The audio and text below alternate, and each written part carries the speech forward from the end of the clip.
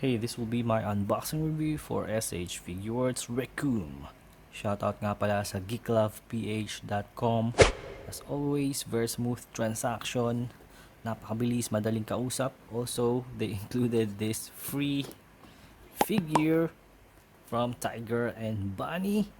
So I'm not so familiar with the anime, but I think I'm gonna check it out just to get familiar with this character. So mukhang maganda siyang figure. Ito siya yung malaking figure sa set na to. So let me know if you want me to do an unboxing review of this figure so we can check it out.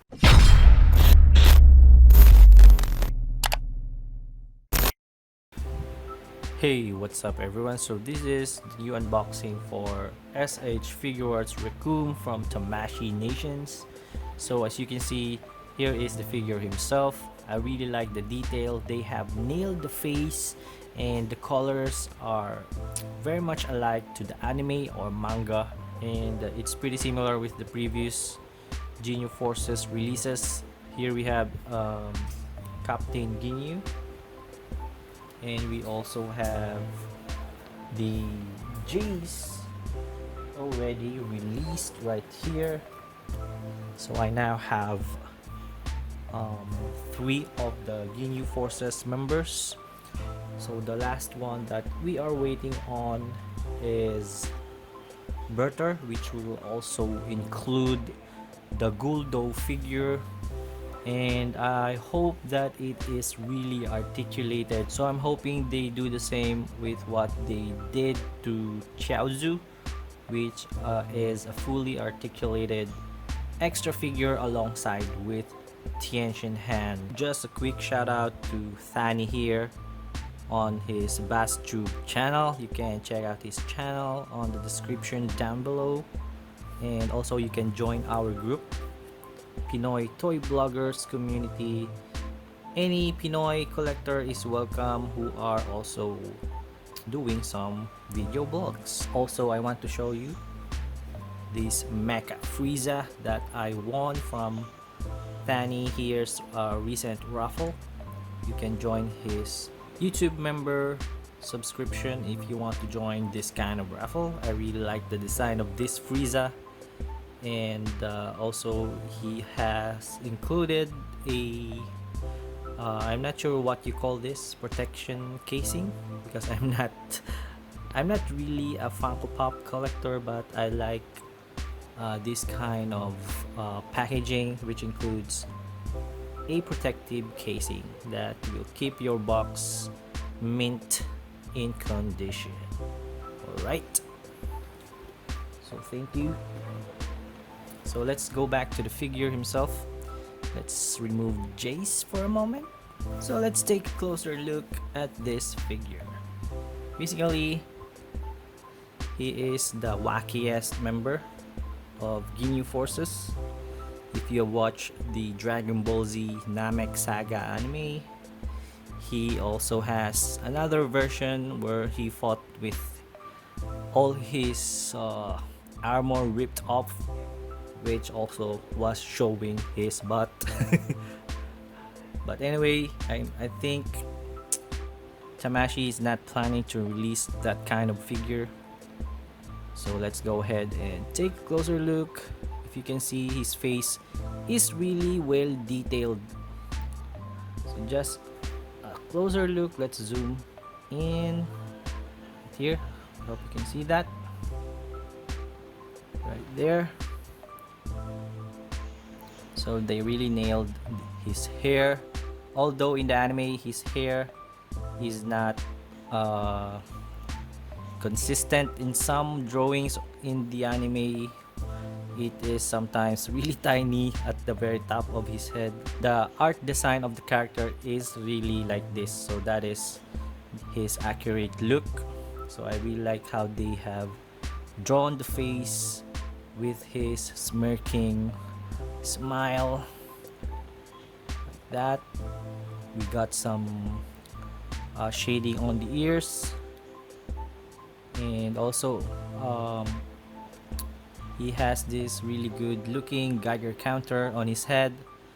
The Ginyu Forces Captain Ginyu and Jiece also have this. However, they have a different size because it is based on the character's scale. Now that I've mentioned about scale, I was really hoping that he would be a little bit bigger because he's quite small for a Recoome figure, and I think Berter is also this height, but I hope he will be taller. Anyway, it's already in the description of the figure himself. It is a similar scale with Recoome. Let's go ahead to the accessories. So he has a bunch of accessories that you will get.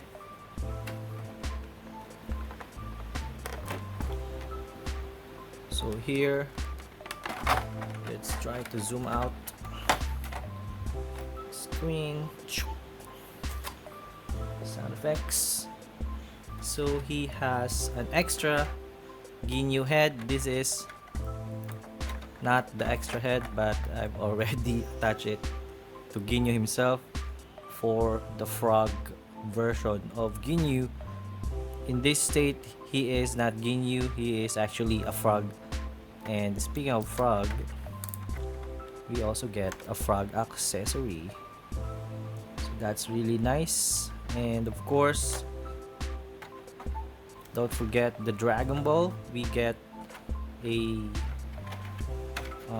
3-star Dragon Ball right here. So all of the Ginyu Force characters come with a Dragon Ball. We also have that on the Kid era Gohan. Also, we get 3 extra faces.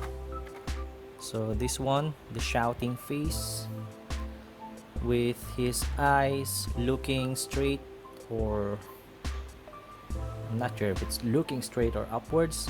Anyway, he also get a Geiger counter, but you will need to use this piece, so you will need to transfer that to each of the heads.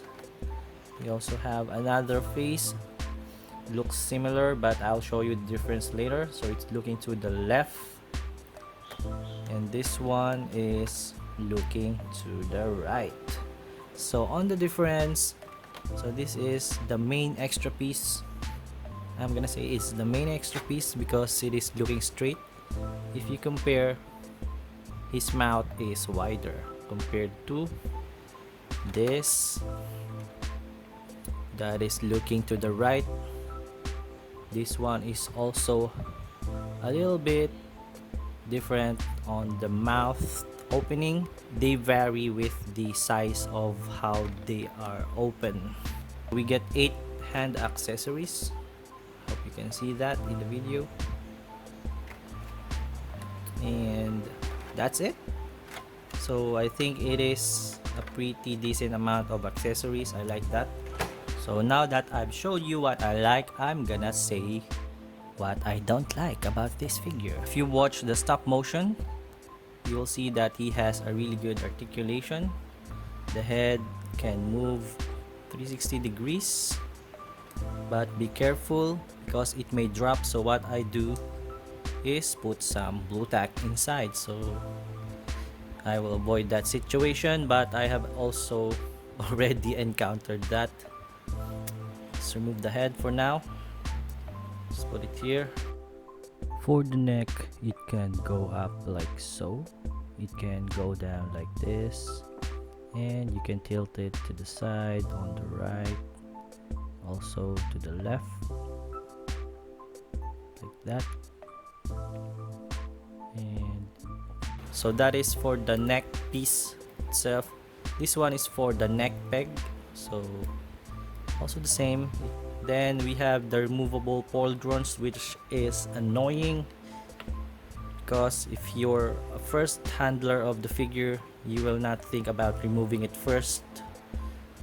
I mean, if you haven't had the previous Ginyu characters, Ginyu Force members, you will not know about removing the pauldrons, especially if you are a newcomer on Dragon Ball line of SH Figuarts.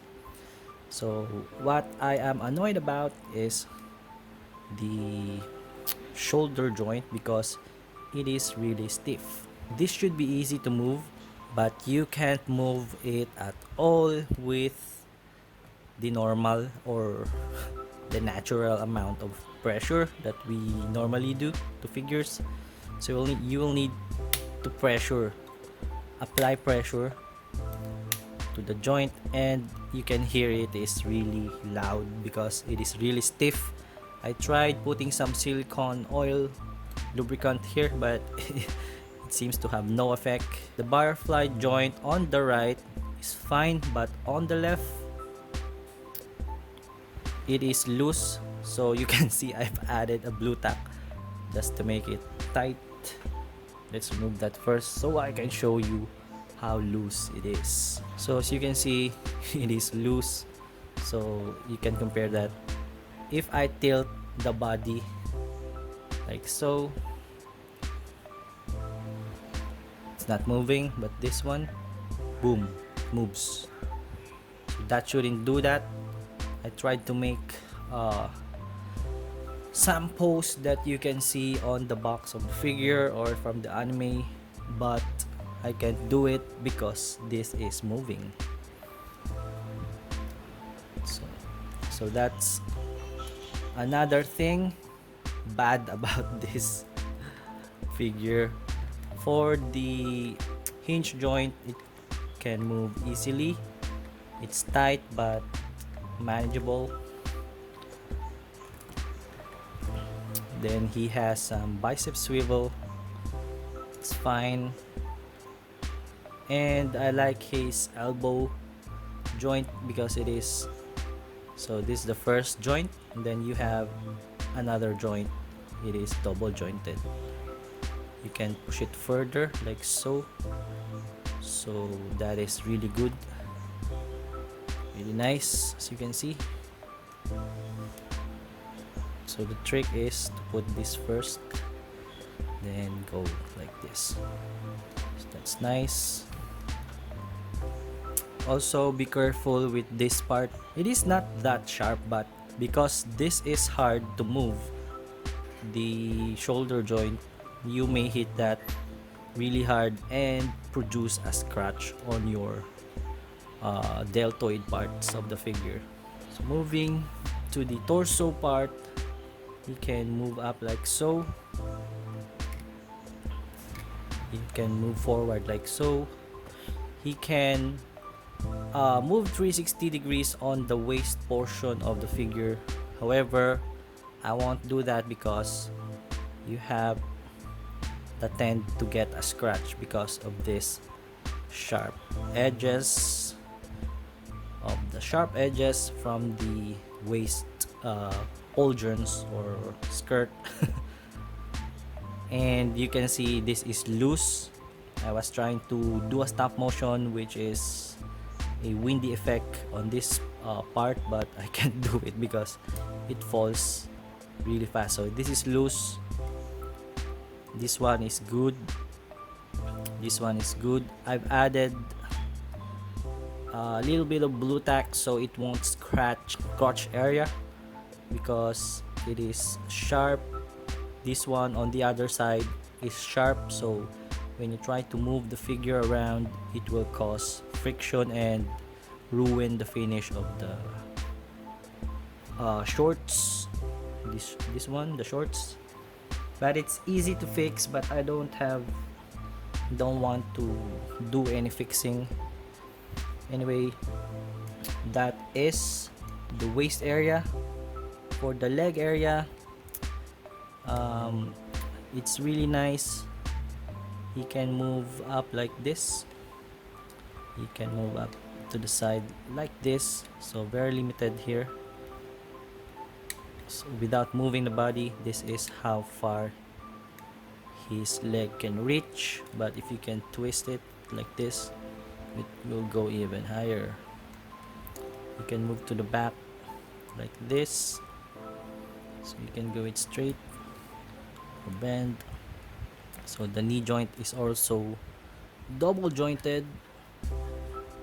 He can move to the front like this. He can reach even more further, but I won't do that because this will cause scratches. So that is the most annoying part for this kind of body mold or body design, because you tend to get a lot of scratches. So his knees are double jointed, just like the elbows. It's really nice. And his toes are well articulated. Toes, I mean. So these are the toes. Hinge joint. Then we have some ankle pivot, just good enough. So that's nice. So my only tip when move, as you can see, I've removed the pauldrons, because if you don't, it will fall a lot when you're trying to move the figure. So that is it for the articulation. The paint is very simple, not that much. The only thing that is fully shaded is the face. The body is not shaded at all. It's just some matte finishes or satin finishes. I don't know what they are using, but those are similar kind of finishes. So how do you transfer the hair and the Geiger counter? It's really easy. So you just peel off the Geiger counter from the head, remove the hair. So it has, every head has this hole, so it's easy to touch and remove. So just push it in like so, and you're gonna put the Geiger counter like so, and there you go. So that's easy.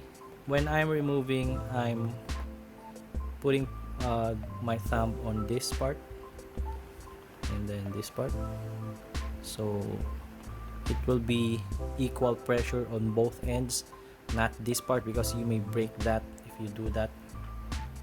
For the hair, same thing, apply equal pressure to all sides. So that's how I do it. As you can see, I've also added some blue tack, so it will not fall off the neck peg easily. There you go.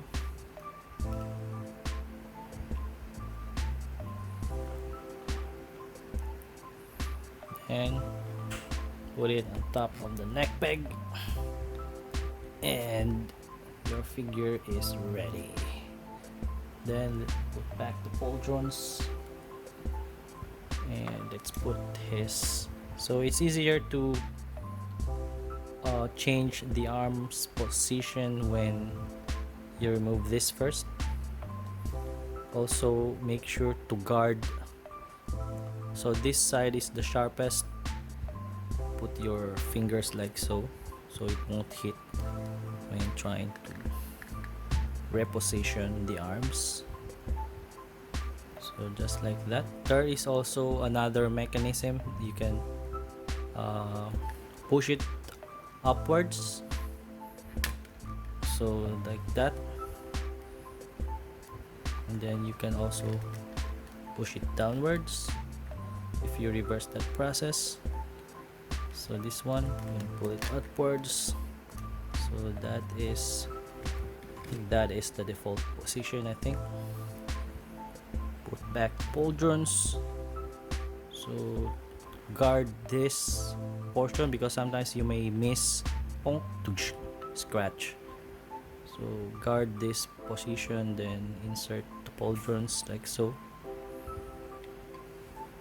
Same with the other side.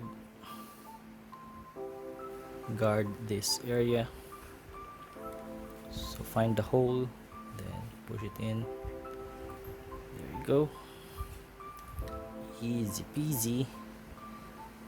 So that is it. Then let me show you the poses that it can do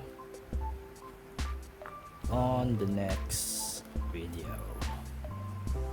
Right, I hope you like this review.